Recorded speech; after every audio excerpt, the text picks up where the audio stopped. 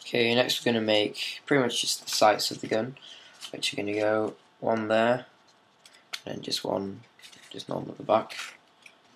And what we're going to do is cut two strips off around like this kind of size, you know, compared to the gun body. I'd say around from the top, just so where the handle stops, and reasonably thick. But basically what we're going to do here is going to take that end and fold it at the top, but like what I've been doing before, into like a cylinder, so like that. And then what you're going to do is just flatten it down, so it looks like this, and just sellotape this bit.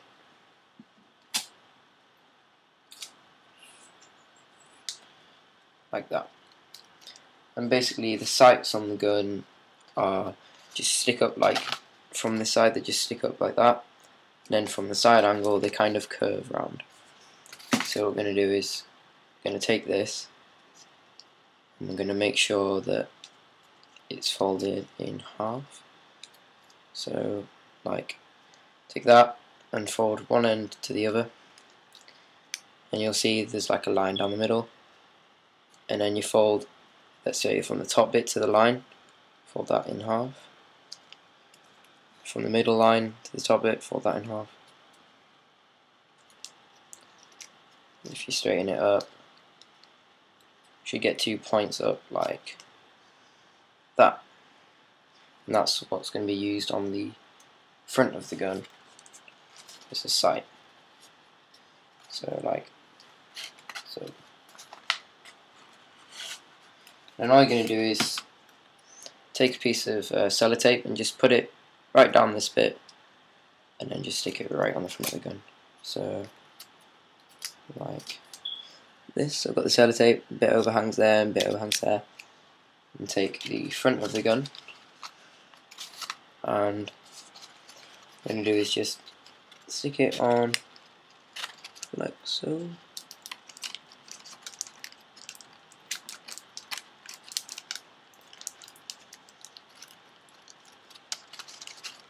So then from the side it looks like that, from the front it looks like that.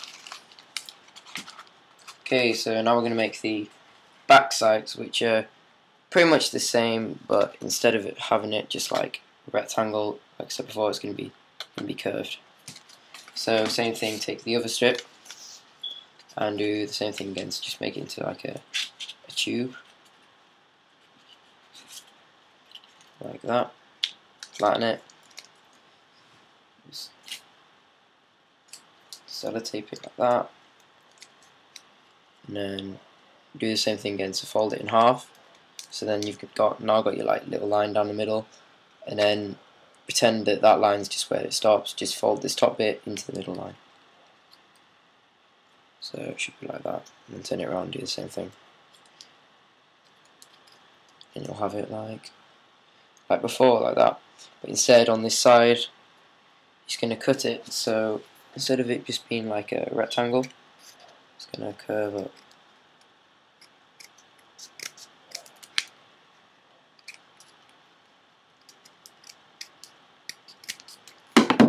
Like that. Okay, and then we're going to do the same thing again, just put sellotape down this middle bit and stick it to the back of the gun. So I'll take my sellotape. And just stick it right down the middle. You got to make sure that the bit where the curve is, it kind of curves with the smaller bit towards the back of the gun. So like, just put it on.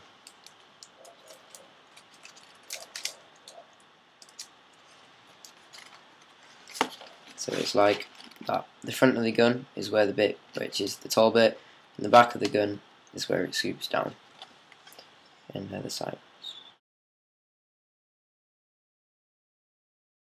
So now we're going to make the trigger, trigger guard that will go across here, and it's kind of like just a square, so it's a really like strict angle, if you know what I mean. So you can get another another strip of paper. This one's quite a bit longer, just going across like the A4 piece of paper, just going all the way up, and then about half of the paper for each strip.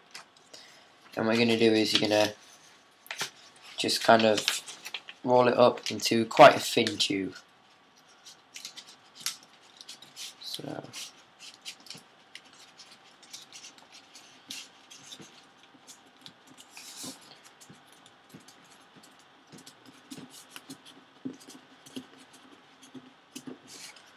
like this, and then do the same thing as before and just flatten it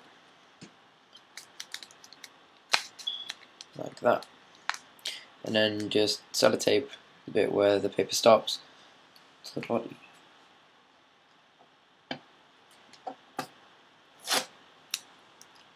Just sellotape it right in the middle, and then it should look like that. Then what you're going to do is you're going to get the gun, and then just see where the trigger will be, and that will obviously be near the front, and just make it so it goes about, I'd say, like a quarter down the handle, and just make it so it sticks out to about halfway across this tube, so about there to there, and just make it into a curve like a half a square, I mean, like this, just like an L, and basically it'll go like that. I mean, you're gonna have to make it like snip bits off the end to make it so it fits. You just don't want a really big trigger, so I'm just gonna trim a bit off the edge like this until I get it to the right, about the right size. So a little bit more off.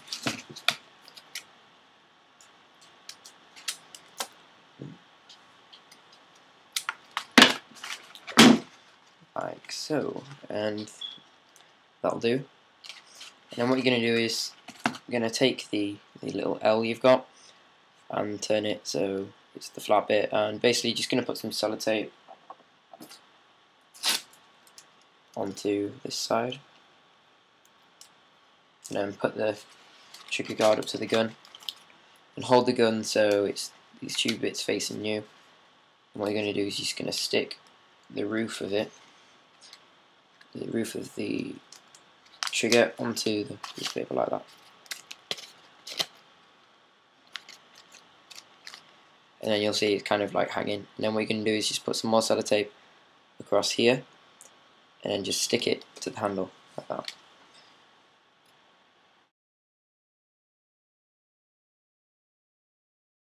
Okay, so what I've done is just put some sellotape onto the trigger and stuck it to the handle like this. So now it looks pretty good. And then now we're just going to make the actual trigger inside of it. This is really easy. This needs to cut off like a really little strip. So like, you are now running on reserve battery power. Shut up, computer. So like this. I'm just going to fold it in half so it's like that big really.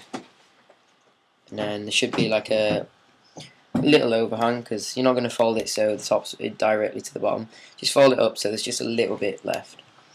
And then this little bit, I'm going to fold over. So pretty much, if you don't understand, it's going to have like an L again, but the side where it's going to be the actual trigger is going to be a lot longer than the bit that's going to stick it to.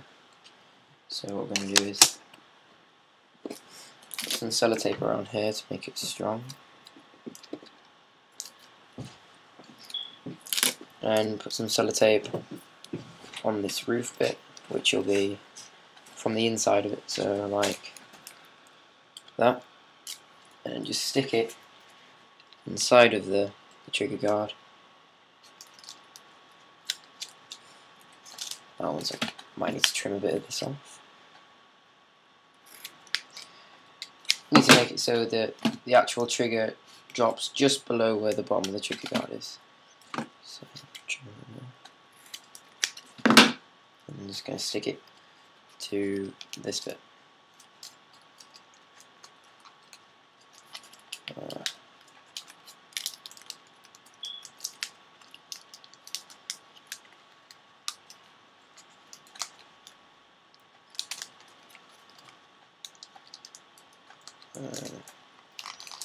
that back a bit. Oopsie.